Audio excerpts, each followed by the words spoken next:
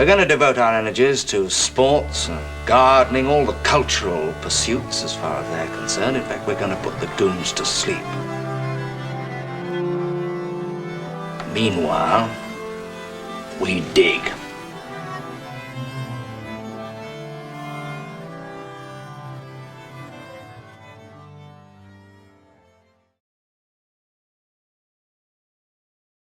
Greetings and welcome to the Anadromist here on the Anadrome. This is Burn Power coming to you from Tbilisi, Georgia, somewhere in the Caucasus Mountains, nowhere near Macon or Savannah, basically in Europe, though some people will say it's really Asia. Oh, whatever. Today, I'm going to discuss something that I've discussed in bits and pieces before, particularly on the Anadrome channel, but also I've mentioned this on the Anadromist channel as well, and I'm putting this out for both of them, but staggering the dates. But I want to talk about why horror has become the most important film genre of the 2020s. It's been a while in coming. Horror was certainly popular in the last decade, in the teens. And it certainly had a place in the aughts. The 90s was kind of a mixed period. The 80s had a lot of different horror genres arising. 70s were very important. The 60s were a transitional time, a bit like the 90s.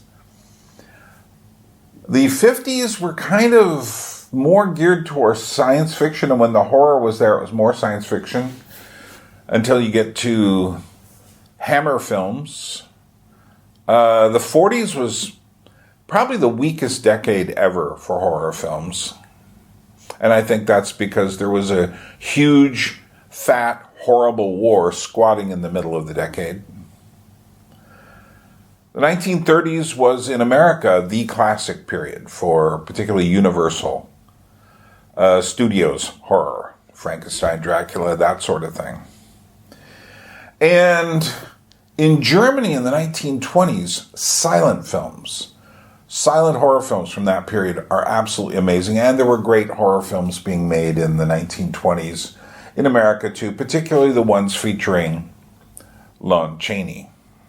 So one of the things I've been thinking is that, and this has been occurring to me, we live in a strange time where horror has taken on the bulk of the messages we've been essentially giving ourselves. It's not that horror hasn't spoken before. Certainly the very end of the 70s, beginning of the 80s was another very fertile period for horror. But this time is different.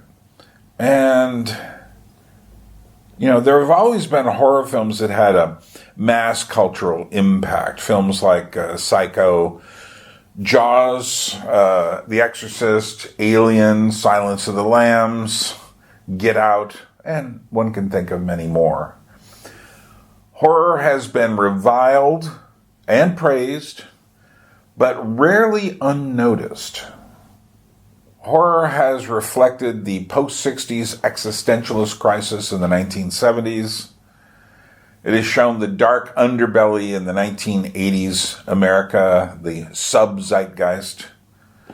In the post-9/11 world, suddenly this eruption of bloodshed and such, which I think is a direct reflection of not only the World Trade Center bombings attacks, but also all the moral conflict of our going into the Middle East and trying to resolve it. And now we are facing almost unbearable uncertainties in these post-pandemic times. So much so that almost everything we know about films is being thrown out because we don't even know much about film anymore. We don't know much about music anymore. We don't know much about art anymore, about books and reading anymore. Everything is up for grabs. So, horror. Why? And I've talked a little bit about some of the different eras of horror. This is not a discussion of the history of horror, nor is it a discussion of different horror genres or great films or anything like that. This is simply asking the question, why is horror so important in our times?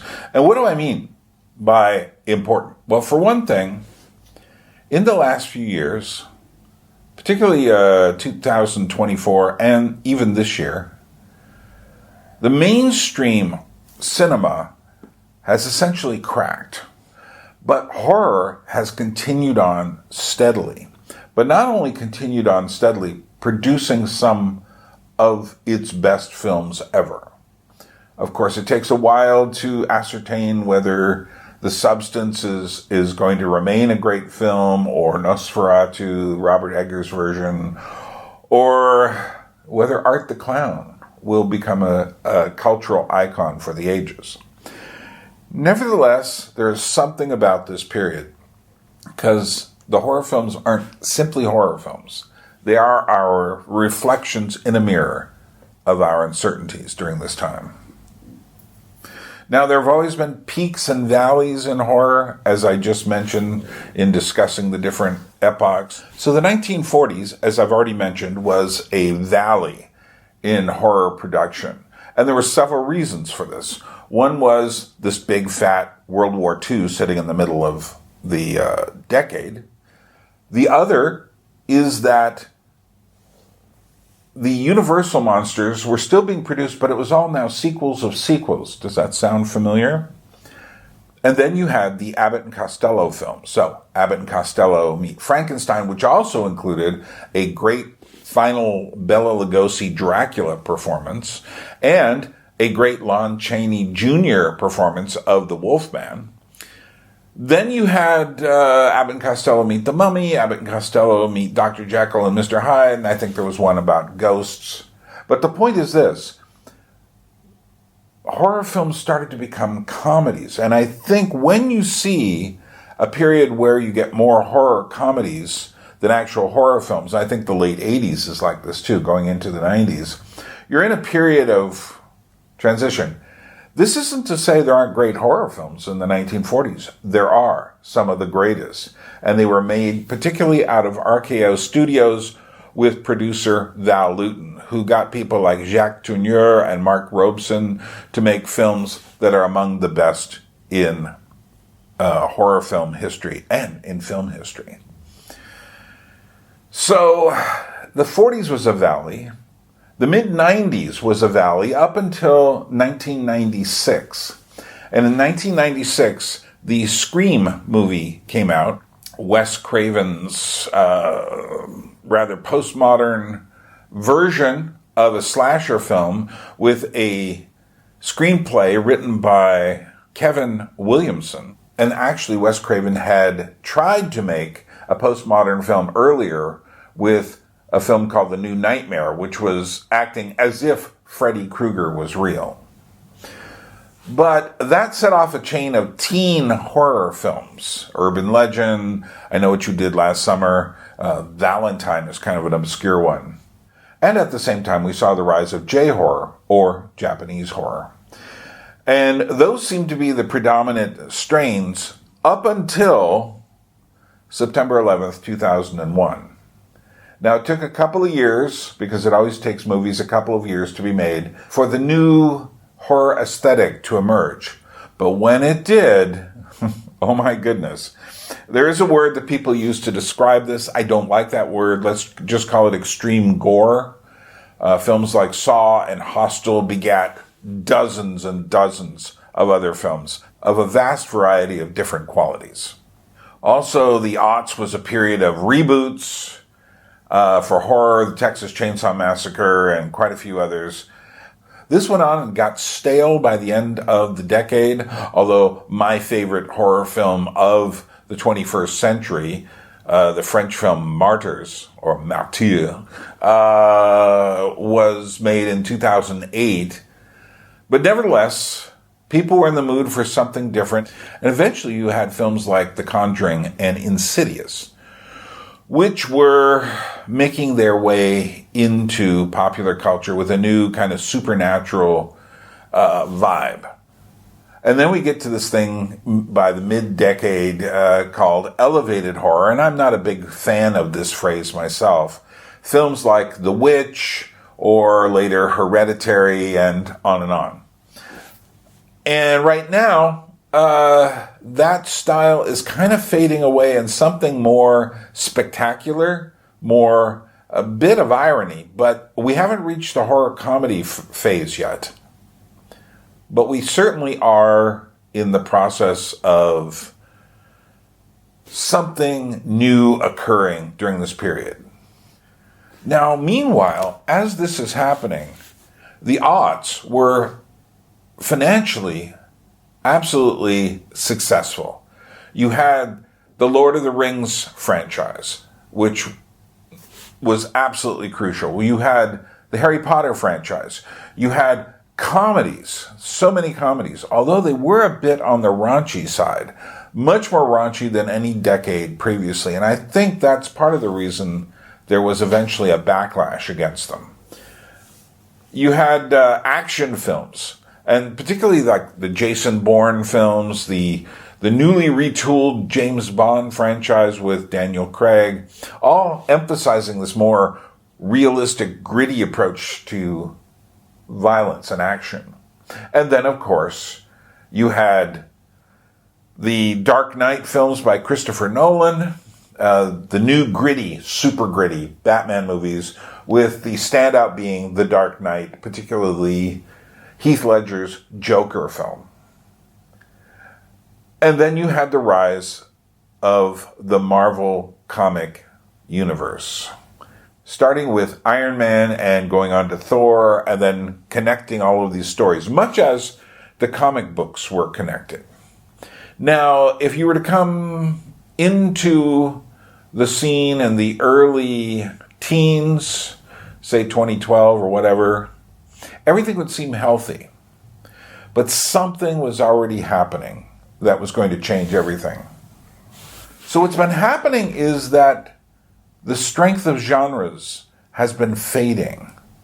Now, someone not long ago said that people no longer come for the movie star, they come for Spider-Man, they come for Batman, they come for Superman, they come for Iron Man. And there's a certain amount of truth to that, so that Robert Downey Jr. is famous for doing Iron Man. But Robert Downey Jr. doesn't draw people simply on the basis of his name. The only actual movie star, maybe we have two left right now. One is, the biggest one is Tom Cruise, and the other one is Brad Pitt. Both of them can still draw people, but not to everything they do. They have to be in the right film. So Tom Cruise was really successful in Top Gun Maverick, and that helped lift the spirits of the movie industry to say, we're back, baby. But then the last two Mission Impossible movies didn't bring in as much as they were hoping. Part of the problem with that is also they were made for far too much. We're talking budgets of $300, $400 million, which is absolutely insane. This is what has also plagued the Star Wars franchise, the Marvel superhero franchise, DC Comics universe, for whatever that was worth, and other films. The budgets just ballooned out of shape into the stratosphere. And so this has been killing the genres because they can't make their money back. And part of the reason for that is because there's been a huge bifurcation between the hopes for these billion-dollar blockbusters that will come along and knock it out of the park, baseball term for you Europeans, and will essentially, save the studios. And on the other hand,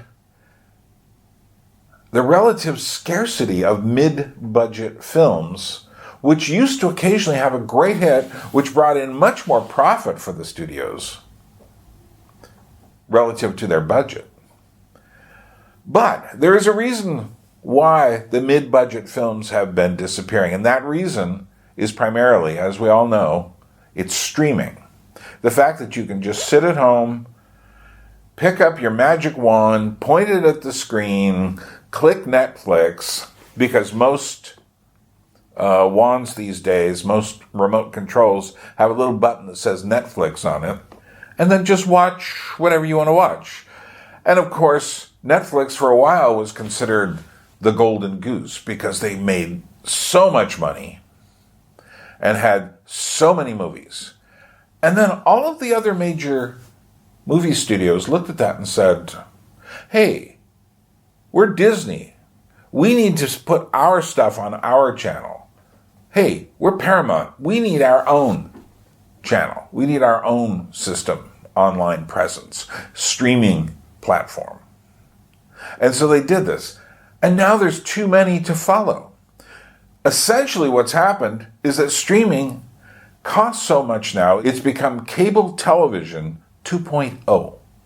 And I find Netflix to be quite problematic because essentially convenience kills.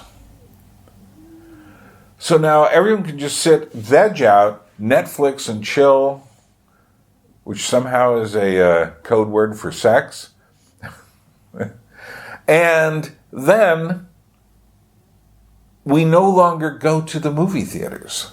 So then the movie theater experience has been radically changing because it's now feast or famine, mostly famine.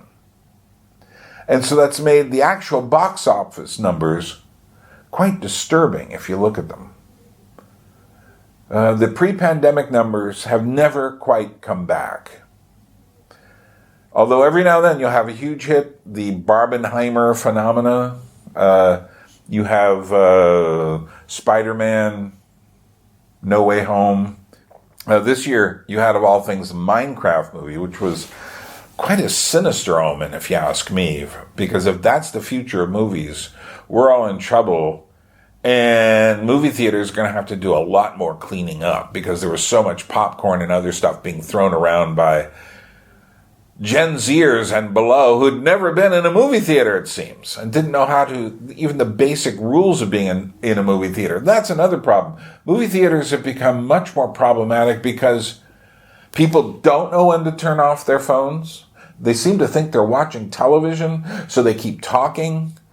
And not talking, interacting with the film as you would find in a great grindhouse theater where everyone's going like, don't do that. Well, that can be a lot of fun.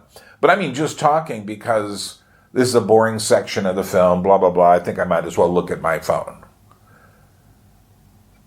That's another reason why films have been fading from our public consciousness. And then there's the loss of the story. And what I mean by this is, stories used to be so crucial. Now, every age looks at the age before it and says, what happened to the stories? So the people in the 1960s were looking at films and looking back at the classic era of Hollywood, the Hollywood studio system, which really did focus on stories much more than any films do today. But people in the late 60s and 70s would go like, whatever happened to those stories? Instead, in the 1970s, they were telling stories that were much more reality-oriented and existential. And those got quite dark. I think 1976 being a pinnacle year of darkness. And those continued up until 1980, which I don't care what anyone says, is part of the decade of the 70s, because do your math. Don't be stupid and just do what everyone does. Oh, there's a zero now. We must be in a new decade, a new millennium. I'm not going to go on that too much right now, but I do have thoughts about it. I actually have a German book, and guess what? It starts every decade with 1, not 0. because they understand what a set of numbers is. It's just the insanity of the way America, the strength of our culture, have pushed this concept onto everyone that somehow a decade starts with zero. I don't need to get on my high horse, but this just irks me so much. But if you look back, say we'll take a year like 2002.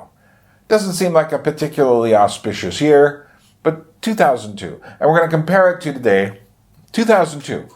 Lord of the Rings, The Two Towers. So we're not at the beginning and we're not at the end of The Lord of the Rings. Brought in what all of these films, these first three, brought in well over what would be $1 billion in today's money. Harry Potter and the Chamber of Secrets. Again, well over $1 billion in today's money. Spider-Man, the first Sony movie, well over $1 billion.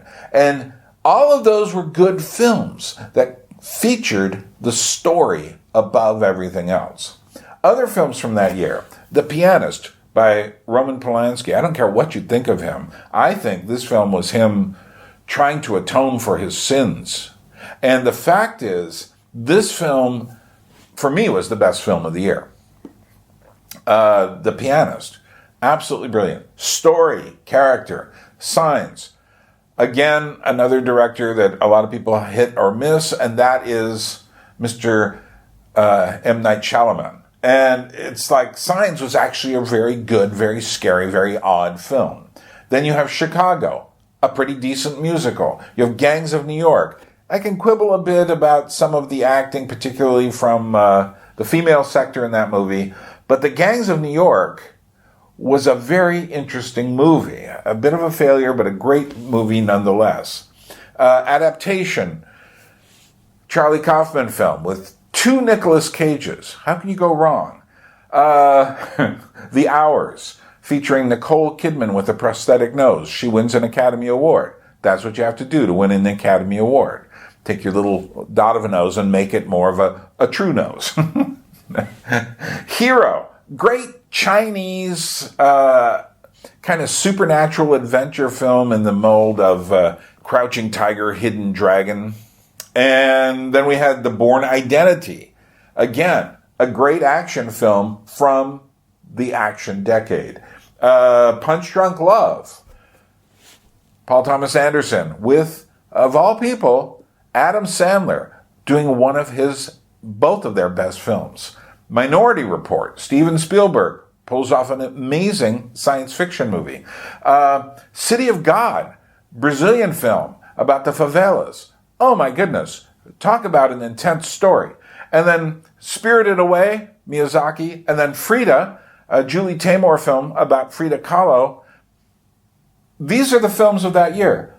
All of these would be seen as greater than any film this year.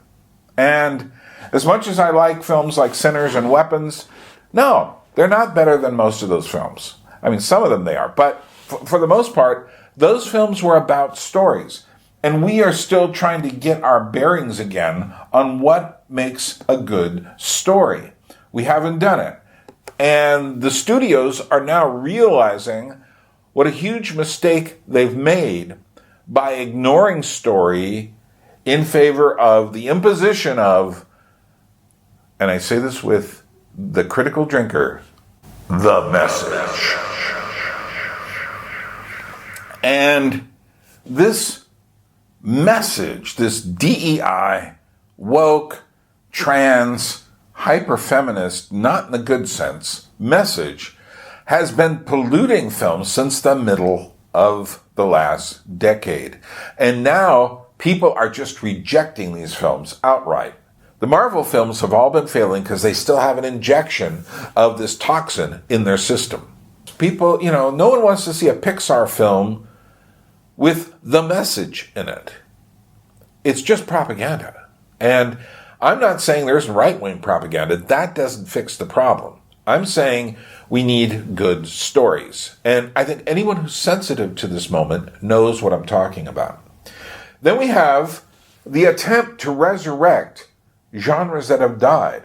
It is surprising to me that comedy has essentially died. Now, like I say, a lot of people will point back to how many comedies there were in the aughts, to which I'm saying, yeah, And they were funny, but here's the thing about all of them.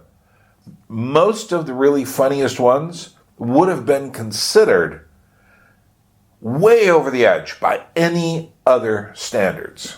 And this goes along with the videos of the time.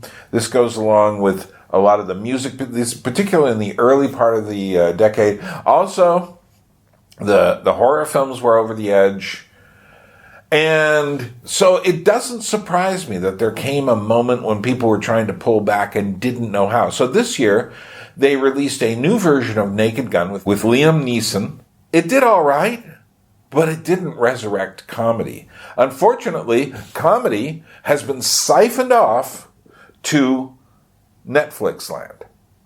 And in Netflix land, it's been, interestingly enough, Netflix has been great for stand-up comedy. And we'll let people say whatever. But all the sitcoms and all of the, various types of comedy series and such, very few of them have been any good. We've lost the ability. Part of it is this whole message thing has made laughing at stuff. Now people go back and look at Seinfeld or Friends as being somehow poisonous. You can't touch them. And oops, they said a bad word there. And oops, the implication was that bad there. And we have to get beyond this. We have to get to the point where, you know what? A comedy that insults people isn't that bad. It's a comedy. And I would say we are hitting kind of a golden age right now for a certain kind of YouTube video where you have people staring at the cameras and being different characters. I'm looking at you, Julie Noki, and Ryan George. Foil Arms and Hog do great skit comedy from Ireland on YouTube. Ryan Long, completely over the edge. A Canadian who has relocated to New York City. Crazy stuff he does. But here's the thing. We need to laugh again. And we need to find out a way to do it. We can incorporate some sensitivity. But if we incorporate too much, we're doomed. We've also tried to resurrect the action genre. We've had a little more success there. Top Gun Maverick, as I pointed out, and F1 this year with Brad Pitt. Excellent film. No message, but the kind of message you would basically get from a racing movie. War films haven't been exactly hot the last few years, but this year's Warfare was something new. And it gives me hope. This was far more realistic than most war films you'll ever see, and I thought it deserves a lot of accolades.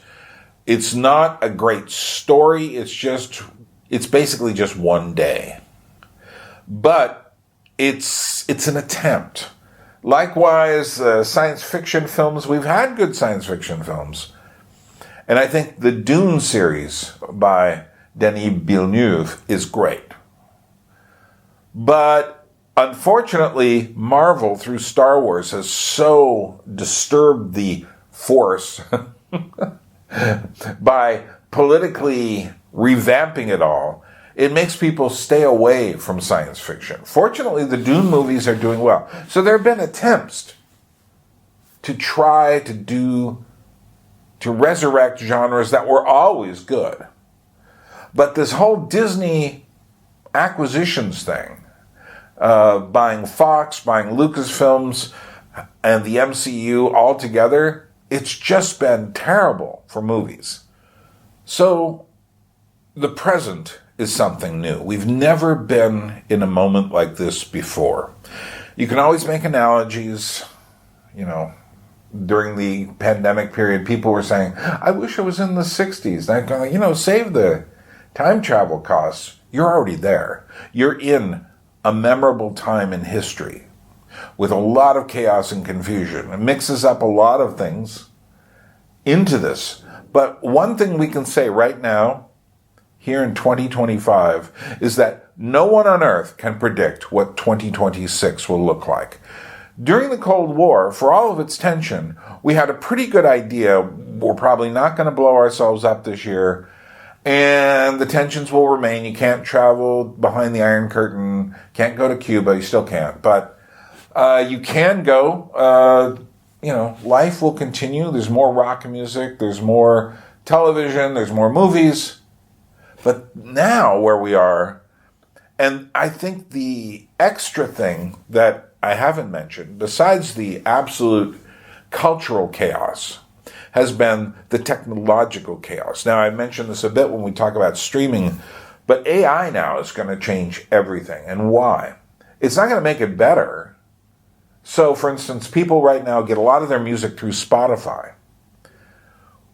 And I can't tell you what a sad devil's bargain you've made. You've taken convenience and you've helped to kill music. That's the cost. You get your convenience, music is dying. And the nail in the coffin is AI, and Spotify is promoting AI music. And I'll bet a lot of it is in-house AI music. When I walk around a certain shopping mall here in Tbilisi, Georgia, now, maybe shopping malls aren't cool where you live anymore, but here they are because they're a relatively new thing. This one mall is always playing just electronic music. And it's faceless, And when they replace that music with AI, nobody will ever know or care because the music doesn't matter. Our listening habits have changed so much that all we have is the music from the past. Because the music going into the future, you look down the road, it's not looking good. Now, there is an antidote to that, and that's called real music in real time and real space. But so far, the larger momentum of society has not realized this yet. They are stuck in convenience mode. If you're watching this, I'm asking you to question convenience mode. All that streaming, it's not helping anyone. You're just killing things because it consumes far too much, far too quickly. And what do you learn from it? Not much. When you had to pay to go to a movie, you would remember that movie. You don't remember stuff on your screen the same way you do when you take the time to go to a movie theater. Which is why I take the time to go to horror films. Now, the horror film occupies a place that's very unusual in our society. And it's been doing this for about, 10 years, more or less. Not every film. There's still a lot of trash being made. There is always horror trash being made. But there are a lot of films that have something extra. And the word that's often used is elevated horror. It's a word I and many horror aficionados don't like. What was Rosemary's Baby? Was that not elevated horror? For that matter, if you go back to the 1920s, what was The Cabinet of Dr. Caligari if not elevated horror? You see? That thing is filled with artistic, not pretensions, but reality. It's just an incredible film. And all the way along, the Val Lewton films, the Cat People, I Walked with a Zombie, all of these are very intelligent horror films. So elevated horror is kind of a non-starter. However, there has been a change in horror. They have adapted, as in the 70s, they've adapted a lot more realism in their approach. Also, the horror, I just saw a guy who was talking about that we live in a time of insecure horror, where the horror doesn't know who the monster is anymore. Also, we live in a time of absolute genre bending when it comes to horror. And people will argue, was this a horror? Was that a horror? Is that a horror? Is that a thriller? Is that a drama? And I think that's part of the chaos of our times. Nevertheless, there have been films from the last few years that I think are really important, and they are asking serious questions. I don't agree with all their questions. That's not the point. The point is that when you walk out, your brain is moving. And there isn't another genre doing anything like that now. Will this period last? Well, it's already beginning perhaps to fade because we're starting to see more comedy coming into the horror. But we haven't reached the point yet of a lot of horror comedies. Will we? I don't know. Because comedy is so squeamish online, on television, the horror comedy may have to come back just to blow things open. But I don't know. I can't predict the future. Nobody can. But as I tell my friends, the horror film now is the most intellectual and philosophical genre there is. And I've been saying this for the last 25 years. And it's remained true. Yeah, sometimes the imagery is way over the top, and you will remember certain set pieces, certain images for the rest of your life. But once the initial movement, sometimes it's like traumatic, it's too much. But once that subsides, you are then left with questions. Now, as I said, I don't agree with necessarily all of the perspectives of these films at all. But the very fact that they're raising questions, they are questioning the times we're in. They don't have answers. But it's not the horror film's job to provide answers. It's the horror film's job to provide questions, to provide mystery, to provide a glimpse into something else. The theater is the best place to see horror films, which is why I've been miffed for a long time that I have not been able to watch the movie Barbarian. I can't get it on a DVD or Blu-ray. When I briefly tried to watch it, I had a 1-month subscription about 2 years ago to Netflix just to catch up on some stuff.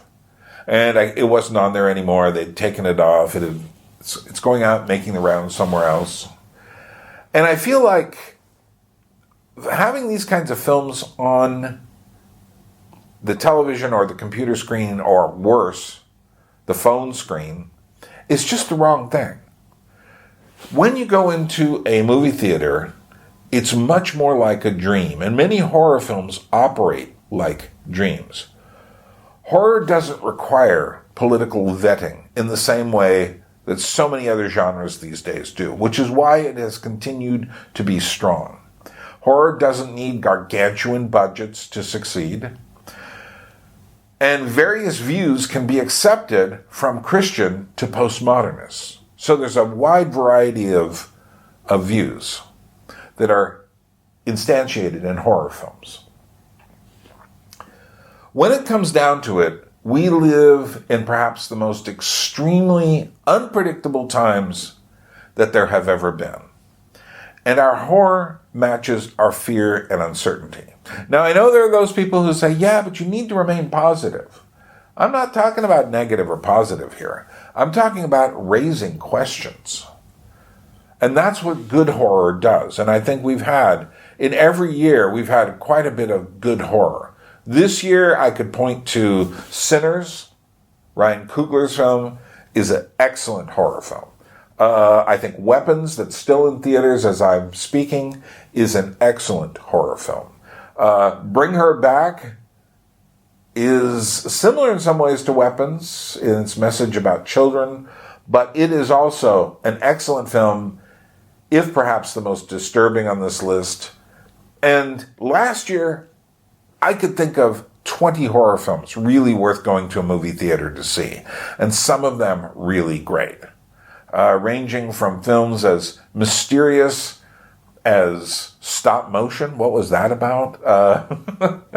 To films like The Substance, which seemed to be about, what the body is and stuff. Maybe a little too direct, which is why it didn't make my favorite film of the year. Although my favorite film of the year was also direct. It was Heretic. And I think I like that mostly because, although it seems to be a film challenging the notion of faith, if you watch till the end, it reverses itself, which to me was very interesting. So it throws it up in the air. Nosferatu last year was an excellent remake. And there were so many more. I mean, I really loved the third Terrifier movie. And I've seen that there's kind of a spiritual thing creeping into it as it goes. So, that's all I want to say. I just want to point out that we live in a time where horror has become the most important genre. And one of the reasons it's the most important genres is because most of the other ones have fallen away. And we live in a time of extreme uncertainty. And horror is not infected in the same way by the message Horror doesn't require gargantuan budgets, and horror still works great in a movie theater. And if you're the kind of person who likes to think, as opposed to the kind of person who just wants to drift, then I would recommend going to a horror film. One way to do it is to kind of keep your eyes peeled for the film that people are talking about in some kind of way that seems to be crucial. Now, a lot of people call it, when all these people are talking about it, they all start talking about, oh, it's being hyped up, it's being hyped up. Last year, for instance, I know many people who went to see Longlegs and says, oh, the hype. And I'm sitting there going like, well, I didn't watch anything before I saw Longlegs. I just knew I should watch it. And it was a great film. And I still don't know what they mean by the hype. Hype now is being used for like, too many people are talking about this, I don't want to see it. Or, it's not going to deliver what I want. Well, I don't go to a horror film expecting it to deliver what I want. I go wondering what it's going to say, what it's going to do. And if it's good, it's good. If it's not, it's not. It's that simple. And there are horror films I don't like. And horror films, I read the description and say, I can avoid that. Or this one's got the message all over it. Maybe this one I can leave behind. But last year was a particularly good film. I have made a video about why 2024 was so good. So, we'll stop there. Thank you for watching.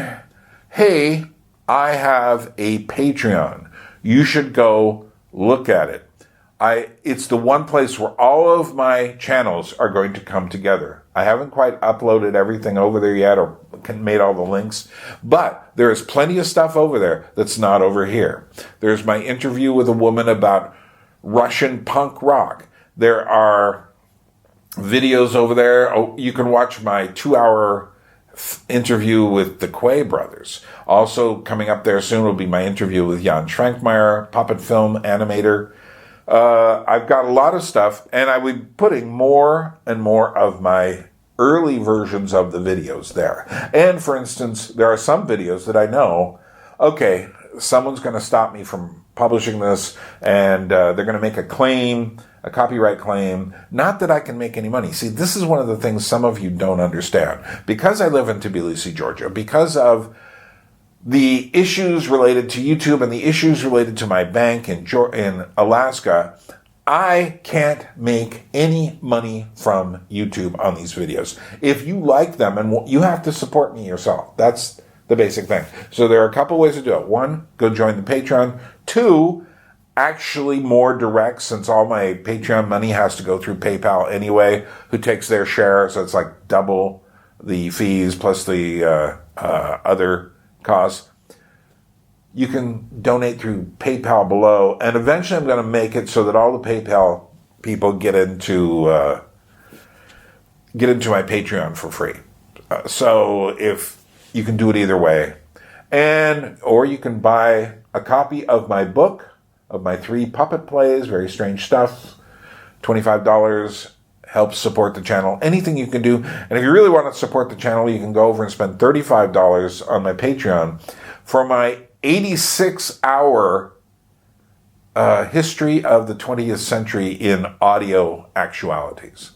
Okay, enough of that. Subscribe, like, share the video. Think about these things, more importantly. This is Bern in Tbilisi saying Nakwamdis and Droabit. Temporarily, we will meet again. When I go, I want you to give me 5 minutes. I told you boys I'm no escape artist. For the first time, I like the odds. At the round earth's imagined corners, blow your trumpets, angels, and arise, arise from death, you numberless infinities of soul.